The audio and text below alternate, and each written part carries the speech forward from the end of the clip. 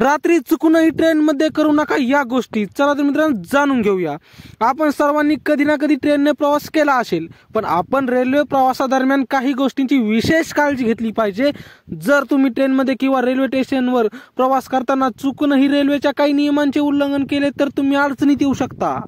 असे केल्याने तुम्हाला केवळ दंड भरावा लागेलच, पण तुरुंगातही पाठवले जाऊ शकते. म्हणून आजच तुम्ही ही माहिती जाणून घ्या. भारतीय रेल्वे ही जगातील सर्वात मोठ्या रेल्वे नेटवर्कपैकी एक आहे, जी दररोज लाखो प्रवाशांना सेवा पुरवते. भारतीय रेल्वेची स्थापना 1853 मध्ये झाली, जेव्हा पहिली रेल्वे मुंबई ते ठाणे दरम्यान धावली. सध्या भारतीय रेल्वेचे नेटवर्क 68,000 किमीपेक्षा जास्त आहे आणि 7,000हून अधिक स्थानके आहेत. दररोज सुमारे 23,000 गाड्या चालवल्या जातात, ज्यात प्रवासी आणि माल वाहतूक गाड्यांचा समावेश आहे. प्रवासादरम्यान वैध ओळखपत्र, आधार, पासपोर्ट, मतदान कार्ड इत्यादी बाळगणे बंधनकारक आहे. प्रति प्रवासी विशिष्ट वजन मर्यादित आहे. AC फ्लॉट फर्स्ट क्लाससाठी 70 किलो, स्लीपरसाठी 40 किलो, जास्त सामानासाठी दंड आकारला जाऊ शकतो.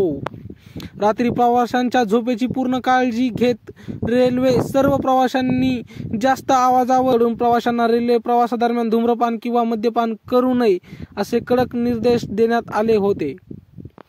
तिकिटाशिवाय ट्रेनमधून प्रवास करणे हा दंडनीय गुन्हा आहे. तरीही असे फोटो गाड्यांमधून येत राहतात, ज्यामध्ये निर्धारित मर्यादेपेक्षा जास्त लोक गाड्यांच्या आरक्षित डब्यात प्रवास करताना दिसतात. जर तुम्ही रात्रीच्या प्रवासादरम्यान तिकिटाशिवाय प्रवास करताना पकडले गेले तर TT तुम्हाला दंडच लावू शकतो, तसे तुम्हाला तुरुंगातही पाठवू शकतो. रेल्वेच्या तिकिटाशिवाय प्रवास केला दंड आणि तिकीट किमतीचा भरणा करावा लागतो. आपत्कालीन परिस्थितीशिवाय साखळी खेचल्यास दंड होऊ शकतो. गाडीत कचरा टाकणे किंवा गैरसोयीचे वर्तन केल्यास दंड होऊ शकतो.